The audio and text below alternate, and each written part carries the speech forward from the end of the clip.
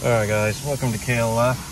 Now if you have any kind of Mazda with electronic rear parking brake, this is how you put it into brake pad maintenance mode, the rears, because the electronic parking brake in the back. So you pretty much turn the ignition on. Okay, and now I only have not three hands, I only have two hands, so bear with me guys. You pretty much, to put it into brake pad maintenance mode, you have to push down. Turn off the blower real quick. Okay, you push down, you step on the accelerator, and then, hold on, you turn the ignition off, and then you turn it back on.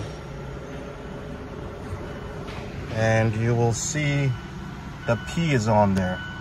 That means it's in parking brake maintenance mode. So now you can turn the ignition back off, go to the rear brakes and come back, and when you come back, you do the exact same thing, but you pull the lever up.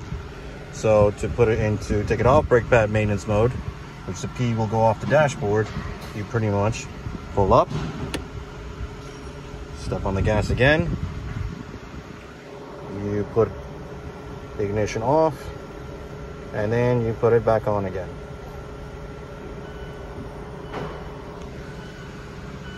And you can see the P is off on the dash. And then to check, to make sure the parking brake is working properly, turn it off, turn it back on. You step on the brakes, and you see the brake light on, brake light off, and that's it. That's all you have to do on a Mazda, with any Mazda with electronic parking brake, to put it into maintenance mode. Some scanners will not support it, like a Snap-on one, like mine didn't, and I was trying to figure out how to do it. So you can do it in the car on a Mazda. Just follow the procedure and you'll be fine. All right, guys. If this video was helpful to you, like and subscribe for more content.